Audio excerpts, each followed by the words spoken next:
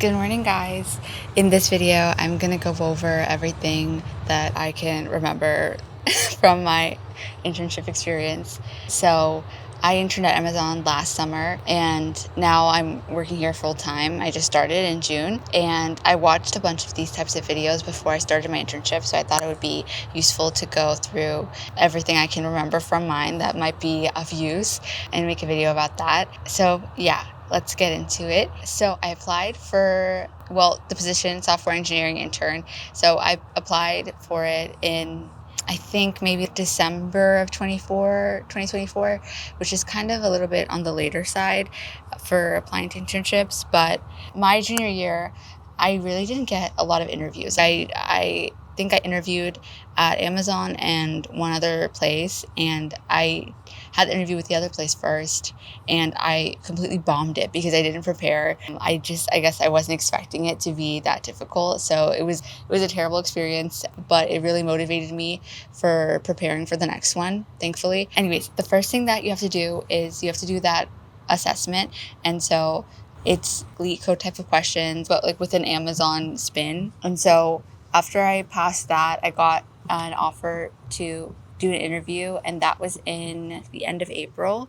I remember because I had gotten pretty psyched out because I was looking at the subreddit, the CS subreddit. I think there was like a post about Amazon interviews, and everybody was saying that they had met headcount or whatever, and so they weren't going to hire anybody else, and so they were just putting people automatically on the wait list. So right before I had my interview, I knew that the best I could hope for was to get on the wait list. And so that's what happened. I got on the wait list, and I didn't hear back about getting off of it until, I want to say, it was May. It was the beginning of May where I found out that I was going to get off the wait list. Up until then, I had no other internship or anything lined up. So it was really a very last minute process where I had to find somewhere to live and everything like that.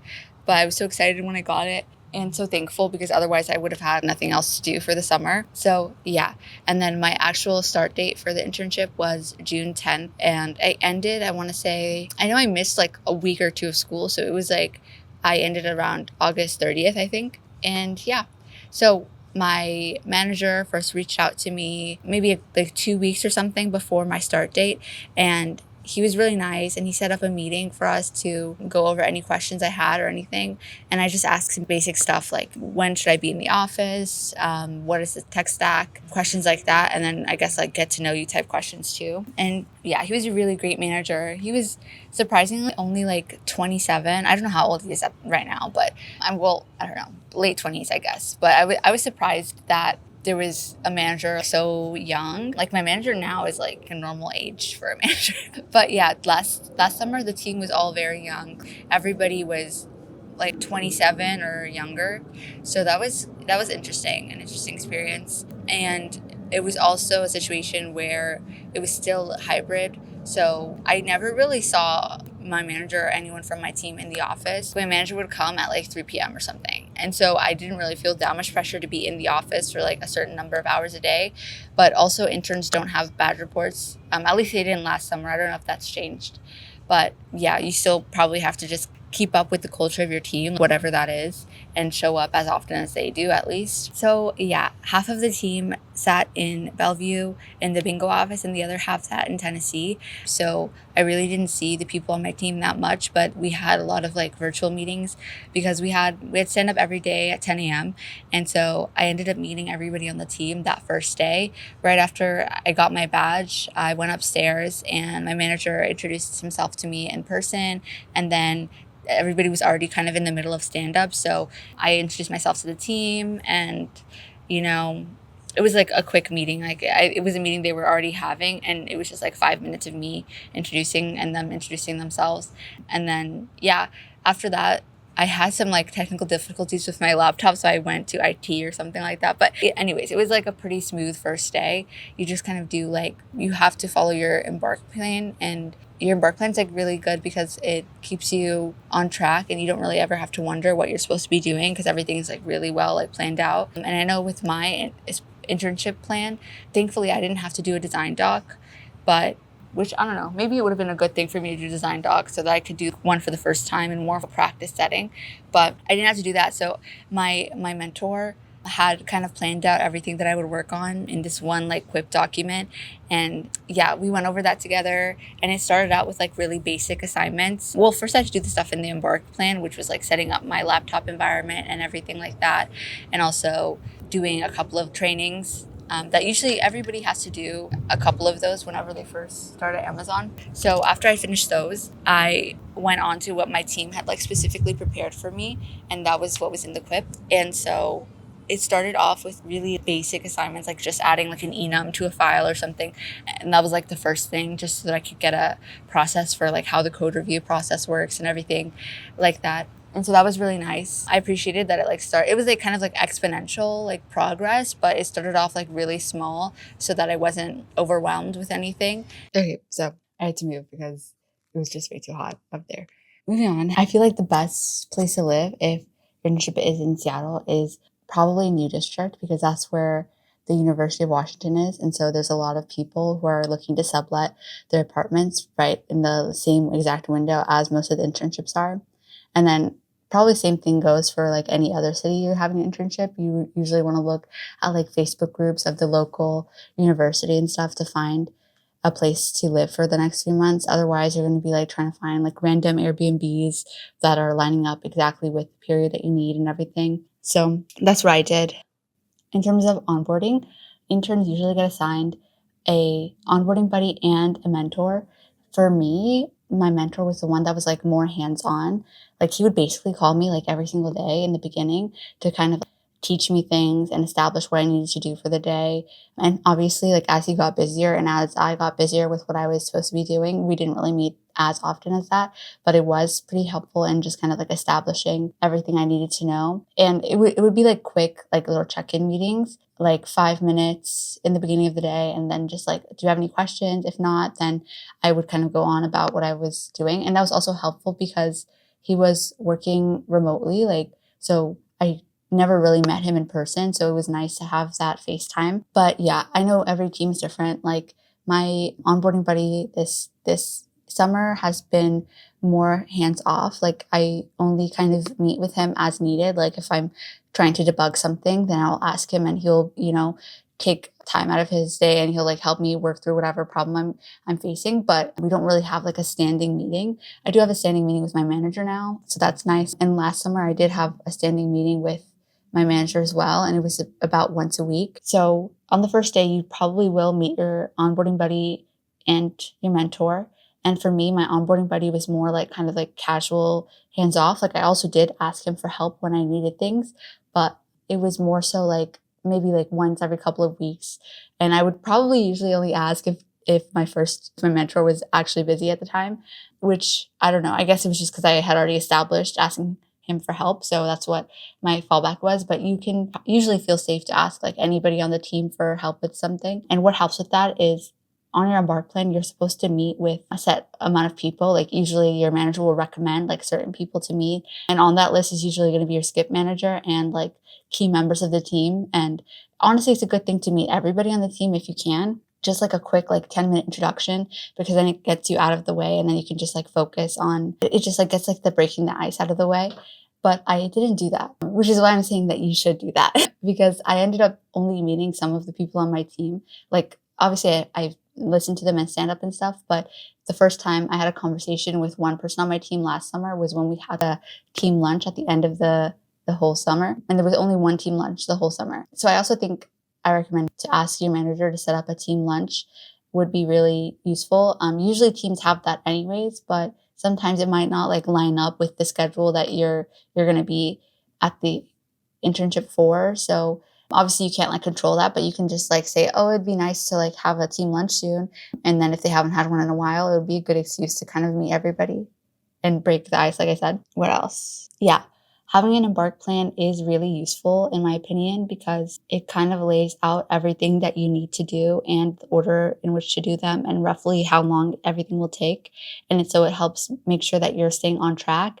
And it also helps with like, because I know for me, like I'm not really someone who can take things day by day. Like I like to know like what the plan is for like the next week, next couple of weeks at least, or else I just kind of feel stressed and overwhelmed and I'm not really sure how to pace myself.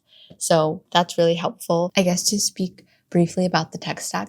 It is, I would say, helpful to have knowledge of Java before your internship starts, but it's also not like a deal breaker if you know how to code but you don't know that specific language. It's fine. Like I didn't know React, which I mean, not a language, but I wasn't familiar with React when I started my internship last summer, and I was using primarily Java and React, and I was still able to kind of learn on the job and, always ask either do my own research, or if I can't find the answer to something, I could, send a quick Slack message to one of my teammates or something.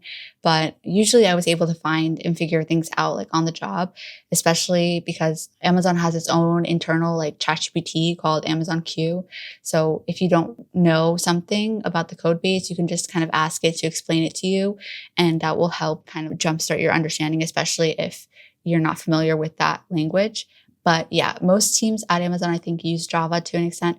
So I think it is a useful thing to know if you're planning on starting here soon. But if you don't know, it's something that you can definitely learn as you go. And it's also something that you can probably ask your manager and make a video about that. So yeah, let's get into it before you start if you want to, but it's perfectly normal to meet your manager on your first day of work. A lot of managers are like busy, and so they don't really reach out beforehand unless there's an issue. Like if you haven't signed up for which laptop you want, then they'll get a message and they'll email you telling you to do it. But a lot of managers don't reach out until the day of. So that's normal. But yeah, I think I didn't have to do a design doc, but my intern on my team, or she's not my intern, but the intern on our team, she had to do a design doc. And what I thought was really nice is that my onboarding buddy actually wrote, he's her onboarding buddy too. And so he wrote the high level version of her doc. And then she had to go in and write the low level, which is the more specific, detailed version. But I think that was a nice kind of baseline. So I don't know if that's the standard protocol, but it's, I guess it happens sometimes, which I think is pretty daunting to have to kind of decide all of these things from scratch when you're kind of in already like such an uncertain environment, so many things that are new. So I'm thankful that I didn't have to do that. Even though there was a lot of things I didn't know when I started, at least I knew like what the goal always was. I always knew what I was supposed to be doing, and everything was very clear cut. I just had to figure out how to implement things.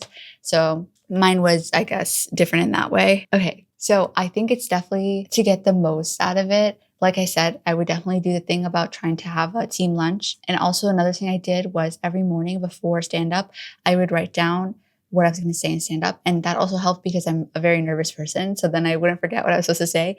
But also it just keeps you it keeps a record of everything that you've accomplished throughout the year.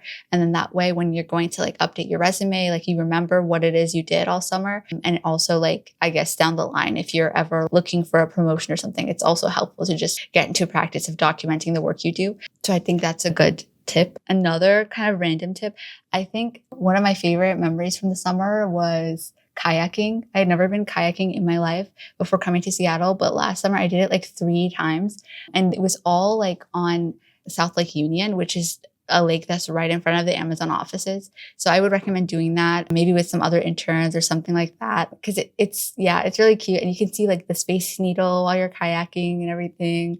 Yeah, and it's so pretty in the summertime. Oh, also another thing you're supposed to do is like during your one-on-ones, you're supposed to ask for feedback, which personally, I hate feedback. Even the first time I had to do a CR and I got like a response back, I was like my feelings were hurt almost, but it's so stupid. Like, obviously this is a good thing.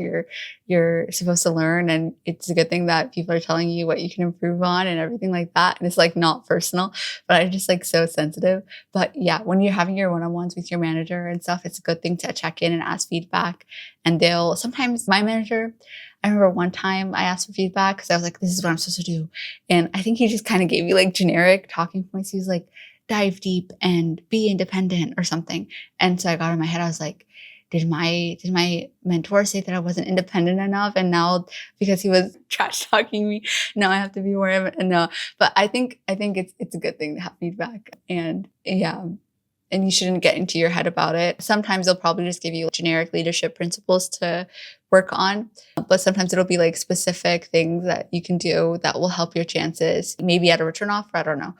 But the leadership principles are very important. Like, it sounds kind of like culty when it's like reiterated a bunch, but at the end of your internship experience, there's 2 things you have to do. Like, one is a review of everything you did in your internship, where you kind of present your work in front of your manager and usually your skip. And then I think that other members of your team are also welcome to join. And so I had one of those too. And in addition to that, at the end, there's a self-review document, and you basically have to just kind of like hammer home all the leadership principles you learned. And so that's also a good reason to keep like track of everything that you're doing and to ask for feedback, because then it will help you to more easily like craft your narrative at the end of your internship about all of the growth you've done. So yeah, definitely ask for feedback and don't get your feelings hurt when they give it to you, because it's all like constructive at the end of the day. And another thing about feedback, like generally with your internship, you have to make sure you do your best to finish everything that they've assigned to you, like beyond the stretch goals. I'm not talking about stretch goals. I mean the actual project itself, but try not to get too stressed about it. Like I remember one time last summer, my mentor, I think he was trying to be helpful, but I think he was trying to give me motivation, but he told me like, he was like, yeah, like if you don't finish everything in your project by the end of the summer, you're not going to get a return offer. And I was like, okay. And then we ended the call and I just like didn't do any work for the rest of the day because I was sad. But I mean, he was trying to be helpful. I think he got that from his mentor the summer that he was an intern, because I met his mentor and at the team lunch, and I met him, and he said that like every day he would threaten him, my mentor, and like, oh, if you don't finish this by the end of the day, like you're done. Like, but that's like not real. Like you can't actually be fired as an intern. And if you have like kind of a mentor like that, try not to take it to heart. Hopefully they're just doing it to provide motivation, which is still like crazy. But I've also heard, which I mean, it is good to, I would say, communicate expectations and be transparent about those things. And to know beforehand, like if you don't finish this certain thing, then you won't get a return offer. But I would say it's good not to be stressed out about that information and just do your best to like learn as much as you can and grow as much as you can. And at the end of the day, even if you don't get a return offer, you're going to have learned a lot. I know like me, I think I learned like more in my internship last summer than I did the whole school year combined. Yeah, which maybe is just because I find it easier to learn in a working environment than I do in school, which maybe is weird. I know some people are opposite, but I think for me, it's nice to have like clear, actionable goals, like more high stakes. And then also like I'm someone, I don't like letting other people down. So it's like being a part of a team and like having something that I'm working on actually matter as opposed to just like a project for school is more motivating to me. Oh, also, I hate the feeling of being embarrassed. So I would always feel stupid if I had to say, oh, I'm blocked on this at stand-up the next day, which is normal. Like you shouldn't feel like that.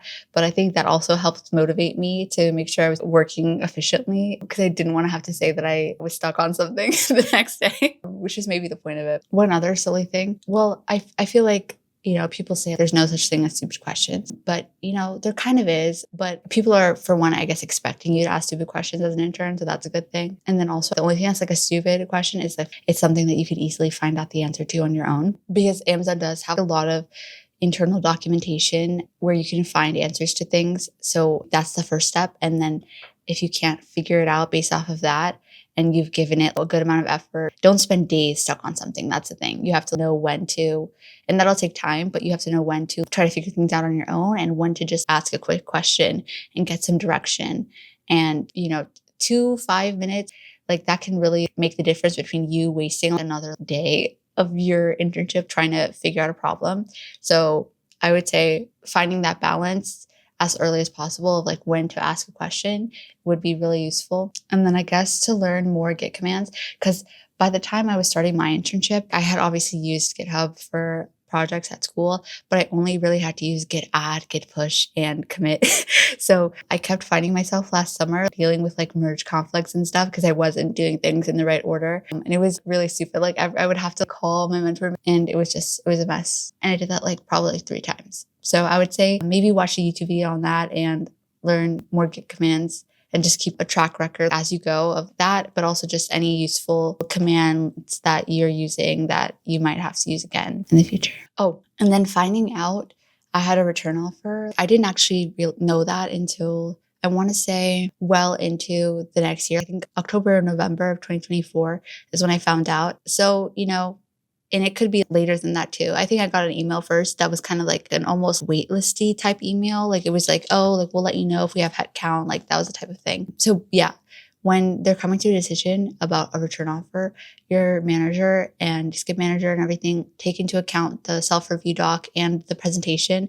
And then they decide whether or not they're inclined or not on their ends. And then once they submit that, like HR, whatever, I don't know, decides how much headcount there is and how much, I guess, space there is for return offers.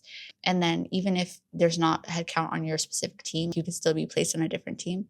And that's what happened to me. I'm on a different team than I was last summer. And I didn't find that out late actually until maybe 2 weeks before my start date here. My manager from last summer actually messaged me on LinkedIn and was like, hey, like, are you coming back? Like, how's things going? And I was like, yeah, I am, but I don't know what team I'm on. And I guess he didn't know what team I was on either. Yeah. Anyways, I feel like this is very scatterbrained. I'm not good at organization. And also I sat in the sun for too long. So my brain kind of fried. So I was editing and I realized I didn't say goodbye. So I just wanted to say thank you for watching this video. Subscribe if you want to see more and let me know what other videos you'd like to see. Thank you so much for watching. Bye.